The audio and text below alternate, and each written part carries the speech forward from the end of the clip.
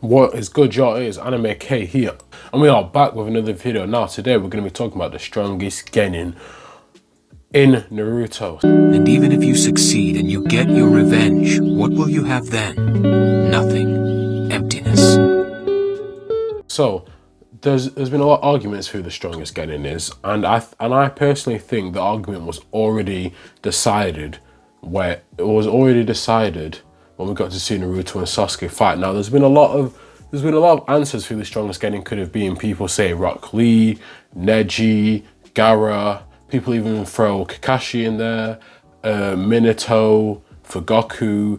And look, for the Minato Fugoku thing, we didn't get to see enough Minato as genin, and we definitely didn't even get to see Fugoku as a genin anyway. So that argument can't really be used, or you can't really make an argument for them based on the fact that you just didn't see them as genin. And most people will try use the argument based off what they were like as both Jonin and obviously Minato as the Hokage to try go off how they were as kids, but you can't do that. Now, and obviously with Kakashi as well, with the Kakashi argument, people mistaken Kakashi when he was a Jonin for being a genin when he was little. People remember Kakashi got the Jonin rank at the age of 13. So when people see him in a team with Obito, Rin, technically he was a Jonin by the time they went to fight at the Kenobi Bridge. So he was already a Jonin. And some people forget that. I know sometimes it's hard to remember the fact that he was still in a 3-man cell with them, but he was technically a Jonin just like Minato was. So yeah, you can't use that. So that kind of, just wanted to explain that so then we can get that out of the way. Now, talking about the argument for Neji, right? Neji, the reason why Neji would not be considered here was because he lost to Naruto, he lost to base Naruto. Now, he did have help from Kuruma's chakra, don't get me wrong, to negate the gentle fist. And I do agree with a lot of people that say this fight could have been a lot better, and Neji being hyped up to be the genius, then caught off guard by an uppercut is just a bit... And the fact that and a Byakugan user not being able to see that it was a shadow clone as well is just...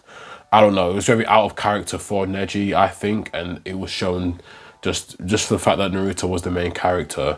I think he fell fault to the fact that, like I said, Naruto being the main character, he just had to lose that fight. But I think he got done dirty. But nonetheless, Neji did lose his fight to base Naruto with a bit of Kuruma's chakra to assist him. Now, talking about Rock Lee, now to be fair to Rock Lee, he would have won. I think he would win any version of Naruto and Sasuke before the final Valley fight, in my opinion, because Rock Lee was just really, really strong anyway, and Sasuke could not keep up with his movements when they had that little one-on-one before the tuning exam started. So I do think Rock Lee could have beaten both Naruto and Sasuke, but before the Valley of the End fight. But we're talking about the strongest versions of these characters, so again, I can't really give it to Rock Lee. And the fact that the next person I'm about to talk about, Gaara was able to cripple Rock Lee. So now moving on to Gaara. Now the reason why I don't give it to Gaara, there's a lot of arguments for Gaara as well, because Gaara was definitely, he completed Forest of Death the quickest time, even quicker than Minato. So getting Gaara is no pushover. Okay, he's no pushover. He's definitely strong, and I definitely, if we're ranking Naruto and Sasuke, I would definitely put him third, just below them two. But again, with Sasuke in their fight, Sasuke had him pretty shook from the lightning because he'd never been countered like that before. Now Rock Lee got him scared, but Sasuke got him like to the point he looked terrified. He was freaking out because he'd never been countered like that before. Okay, you gotta remember, no one ever had pierced his sand shield before like that. Now, don't get me wrong, Rock Lee used speed and did get a couple hits on him, but you can just see the difference in how he was with Rock Lee and how he was with Sasuke. Now, do I think Sasuke would have won that fight between them two if the fight would have continued? It's up for debate, but Sasuke with the curse mark, I definitely would say Sasuke would take that fight between the two. It'd be a hard fight, but I still think Sasuke would take the fight between the two of them.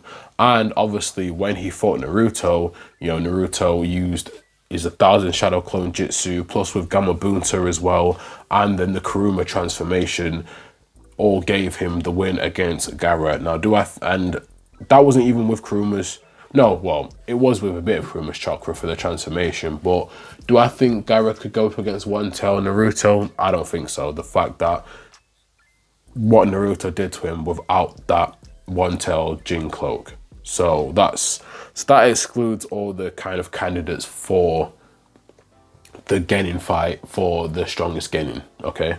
So moving on to the Sasuke and Naruto Final Valley fight. Now, a lot of people think the fight was evenly matched, and even when I first watched it, I didn't notice really how much, well, I did and I didn't, but I didn't notice how much Sasuke was overwhelming Naruto pretty bad, really bad, okay? People try to make the argument for Naruto being stronger than Sasuke, but it's just not the case at all. If you watch that fight, yeah, for most of the fight, Sasuke was kicking Naruto's ass, okay? He was beating him up for most of the fight. Go back and watch it now, because most of the fight, Sasuke had the upper hand in taijutsu, in just outsmarting him and using clever moves as well, like when he used them kunai on the rock and then used the fireball jutsu. You'll know what I mean, I'll put it on the screen, but you'll know what I mean, using moves like that just to stop Naruto. So, if we're talking about the start of the fight, like I just said, Sasuke never really seemed bothered or about any of Naruto's attacks at all, really, okay? So, he never, if you go back, if you see his facial expressions, right, his facial expression never really changes to worry until Naruto enters his One Tail's Cloak Jinchuriki mode. Now, because if you remember, before he enters the mode, Sasuke had just hit Naruto with a Chidori and pierced it through his chest. Now, the argument for Naruto being stronger than Sasuke, why it is dumb overall, Sasuke throughout the fight, you could say, was holding back a little bit. Obviously, for the fact Naruto was his closest and best friend. Because really, if he really wanted to kill Naruto, he could have Chidori that he put through the side of his chest, he could have just put it through his heart and killed him right there before Naruto even transformed into the One Tails. Now, would he be able to kill him? It's hard to say. Obviously, Naruto having Kuruma inside of him, would he be able to kill him? But you can still make an argument that Sasuke could have killed him before he transformed. So, no. Granted, when Naruto did transform into his One Tail state, he was getting a lot of hits on Sasuke. He was speed blitzing him. Sasuke even saying his Sharingan couldn't keep up with the movements of Naruto's chakra, saying that it's like the chakra was moving by itself, because that's how fast he was moving. And Naruto was tanking a lot of Sasuke's jutsu as well because of the Nine Tails chakra, One Tail cloak, protecting him from a lot of the jutsu. Yes, so this is probably the first portion of the fight where Naruto actually starts making it an even fight. So I'll say that. But when Sasuke transforms into the second state of his curse mark, this is when I think the fight was truly over, because Sasuke was just the amp from number 1 to number 2 is so, people don't realize that the transformation from curse mark number 1 to the second state is such a big buff, right? To the point where Naruto was having no effect on Sasuke after this, okay? No effect at all, no effect. Every attack he was doing, it wasn't working. Now there's one attack here when Naruto uses his Nine Tails tentacles to hit Sasuke into the statue, right?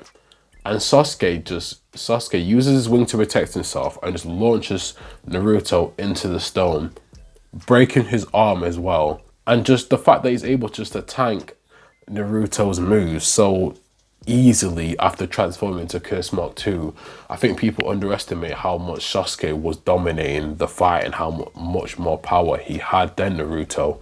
And then you have the final clash where Sasuke loads up his Chidori and Naruto loads up his Rasengan. You can argue that Sasuke may have even been holding back then during the final clash, which I will put an image up of him not real. He could have pierced Naruto's heart right there, but decided not to, because like I said at the start, you can make an argument that Sasuke was holding back during the fight.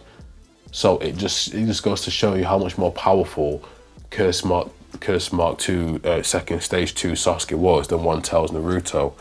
And obviously further proving this evidence is when, after they both clash, Sasuke is able to walk away to Orochimaru, but Naruto is put in a coma for a couple of days. So it just shows you the different levels. It just shows you the different levels of damage that they both did to each other, and it shows you the different levels of power. Now, I hope I explained that well enough. You know, I've got to say the manga panels in here right now, and the information and some of the information I'm telling you right now, I have to give credit to Grant. He's in Trippy. If you know Trippy, you may have come over here from his channel. Trippy shouts him out a lot, and I'm shouting him out here as well. Grant, I've got to give you, you know, your credit. He's one of the main reasons why I was able to make this video, or even like had the idea for the video, really. So I've got to give him credit. I'll put a link to Trippy's channel so you can go watch his videos and join his Discord as well to talk with Grant and other people in there. But overall, look, I want to say thank you guys for watching this video.